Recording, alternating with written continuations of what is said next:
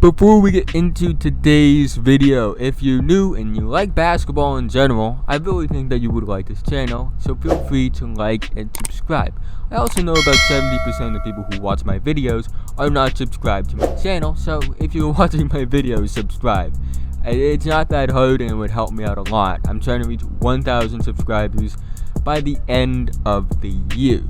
Now with that being said, let's talk about Anthony Edwards, who in my opinion is one of the 3 best players in this draft class, and he's part of my big 3. I'll be making videos about all the players a lot of players for this draft, but just giving my thoughts about them. But let's start with Anthony Edwards, who is number 1 on my big board, albeit in a 1A, 1B situation with LaMelo Ball. LaMelo Ball will be getting his own video, don't worry.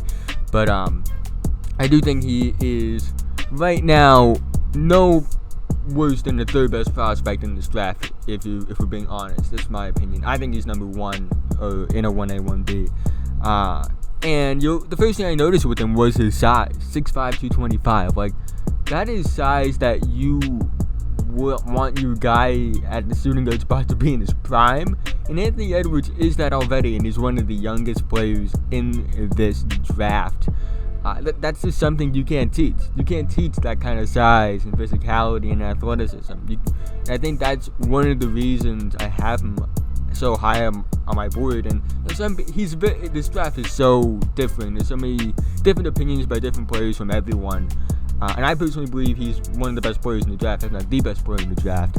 But because of that size, I think that is why I have him so high, because he's a great basketball player in his already, but you add that size and physicality, and you really just okay, you aren't going to find that a lot in this draft. Like, there aren't many players like that who have that combination of both ball skills and size and being as young. Like, there isn't another player like that really in this draft, and I think that it's intriguing. He's not perfect though. He wasn't efficient at all at Georgia this year. He shot just 40.2% from the field, shot only 29.4% from 3, shot 77.2% from the line, averaged 19 points, 5 rebounds, 2.8 assists, had a really high usage rating. I got 30.8% usage rating, which is through the roof. Had only a 17.9% assist rate, and only had a 12.9% turnover rate, and he had a 1-to-1 assist to turnover ratio, which is not very good. Now, there's 2 things I think factored into his inefficiency, the fact that he wasn't necessarily the greatest playmaker. The first one being the fact that he really didn't play on a great team. Georgia was not a great team by any means. He really was the only offensive option on that team. So, he was kind of forced to take more difficult shots because of the fact that defense just keyed in on him more, knowing that he was really the only threat on the floor. Now, I think it's just as much about his own shot selection as it is about his situation, because, despite, not being in a great situation, I've seen players like Markelle Fultz also be in similar situations and put up better stats and be more efficient and be better passers. So I do think it's also about his decision making as a player. He tends to do something that bothers me a lot, and it bothered me so much when watching him on tape, was he settles for mid-range jumpers and these contested 3-pointers when he easily could just drive to the paint and finish over someone, because he has that kind of size. Again, there are NBA shooting guards that are 6'5", 225, let alone guys in college. There aren't many guys who could probably stop him with a full head of steam in college. And I know that he isn't in the best situation, because when he drives to the paint, he probably grabs the attention of 2 or 3 additional defenders, and, it's going to be harder to finish. I think that probably was on his mind a little bit, knowing that he doesn't have a lot of guys he can kick out to. However, I do think that him kicking out to guys, even if they didn't score, would have been a telling sign when you watch the tape, when you could say, okay, maybe he doesn't average the most assists, but he's still passing to his guys. The guys just aren't finishing. So I do think that he could have passed a bit more than he did, because, he isn't, the 1-to-1 assist ratio is not very good. However, I do think though, His efficiency would be better if he played on a better team, maybe playing on a team like Duke or Kentucky. I think, his shooting would be better. I do think he settled a lot because of the fact he wanted to prove to scouts that he was a really good shooter. I think he can hit shots like that. I think he can hit off the dribble shots. I think he can create for himself off the bounce. I think he can do all those things. It's just, I think he tried to force it a bit too much at Georgia. Sometimes you just gotta do the easy things that you can do as well. Show all your strengths. He isn't a bad off the bounce creator, but he is a great slasher, and he really didn't show that at Georgia a lot. And when you did see it, you're like, wow, that's incredible. But he didn't do that enough for me to say that, this is a slam dunk #1 guy because of his decision making. Because, he settles so much. And sometimes, he will hit shots like that. Watch the Michigan State game. He was on fire. There are times that he can get to the line at will. But does he do it all the time? No, he doesn't.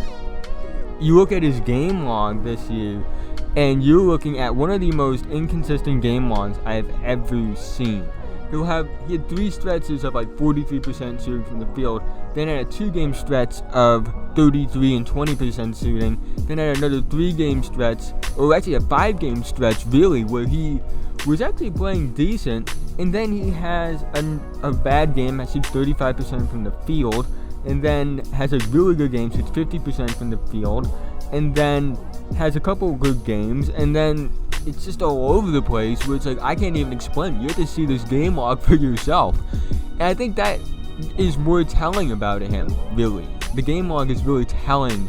And I'm not saying that looking at stats is the only thing you can do. You have to watch tape on him as well. But I do think the box score numbers and how varied and how up and down his numbers are all season is a really telling sign. This isn't a natural 42% shooter from the field, or 40.2% shooter from the field. This is a guy who is inconsistent, not necessarily an actual 40.2% shooter. He's just really inconsistent. An actual 40.2% shooter from the field, in my opinion, is a guy who shoots 40% from the field most of the games. His shot chart is all over the place. There's 30% shooting from the field games. There's 50. There's plenty of 40. It's just so many games. It's about inconsistency. And again, I think that just had a lot to do with the inefficiency this year, is that inconsistency. In the NBA, depending on what team he goes to, I think he'll be more efficient because I just feel like he'll be playing with better players around him. I feel like, you can take the worst NBA team in the league, and it would still be better than any teammate he had at Georgia. Let's be real. So, I think that is something to think about. But he did play well against good competition. He played well against Kentucky. He played well against Michigan State. He held his own against South Carolina. He's a really good player. It's just his inconsistencies have so much to do with shot selection, and I wonder, is it about aggression or is it about proving something to the scouts? How much of this, when you watch him play, is him just settling because he's afraid to drive to the rim or doesn't want to drive to the rim, or how much of it is it trying to prove to the scouts that, hey, I can hit these shots? Because I think it could be both. I lean more towards him trying to prove things to the scouts because of the fact that he's athletic, he's a slasher, and when you see a player like that, you just think they're not a good shooter. But in turn, trying to prove that he was a good shooter to the scouts hurt his field goal percentage a lot. And, I think that he needed to let the game come to him, and he kind of just tried to force the issue a lot. I think that is why his efficiency was the way it was. Now, what do I think of him as an NBA prospect? I personally think as an NBA prospect, he is a top 3 guy. Depending on what team gets that first pick, he will be the #1 pick in the draft. I think, for a team, his ceiling to me is a guy who can put up good numbers but can't necessarily be the best player in a contender. I think he's a guy that could put up 25 points a game in this league. I just don't think it would be on a really good team. I think he'd be a 25 point per game scorer on like a just 500 team, the team that wins like 38 to 40 games. I think his true value is like an 18 to 21 point per game scorer. And I'm talking about his ceiling, of course, on a really good team. I think that's kind of his ceiling as a player.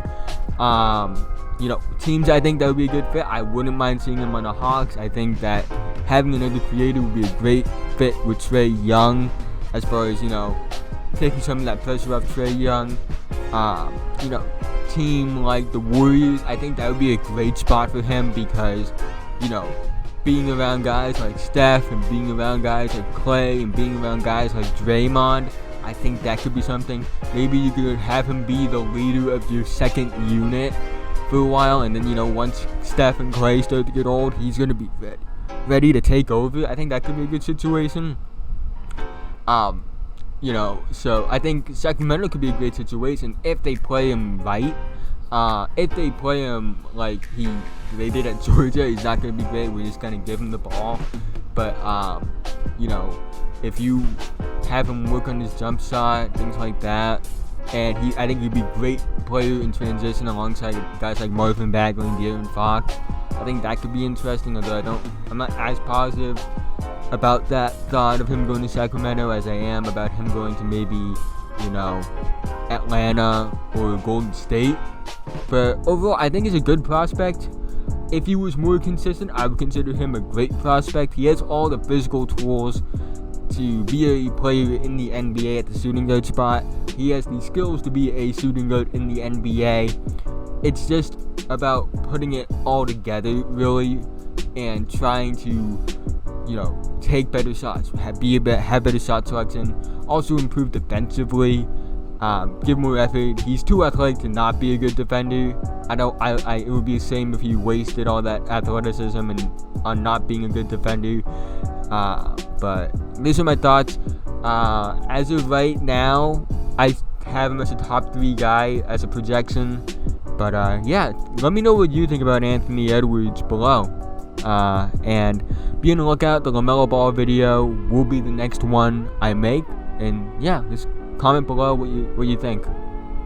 If you made it to this point in the video, thank you so much. It means so much to me, guys. You guys don't understand. But again, thank you. Like and subscribe if you're new. Feel free to leave feedback in the comment section below. And I'll see you guys in the next video.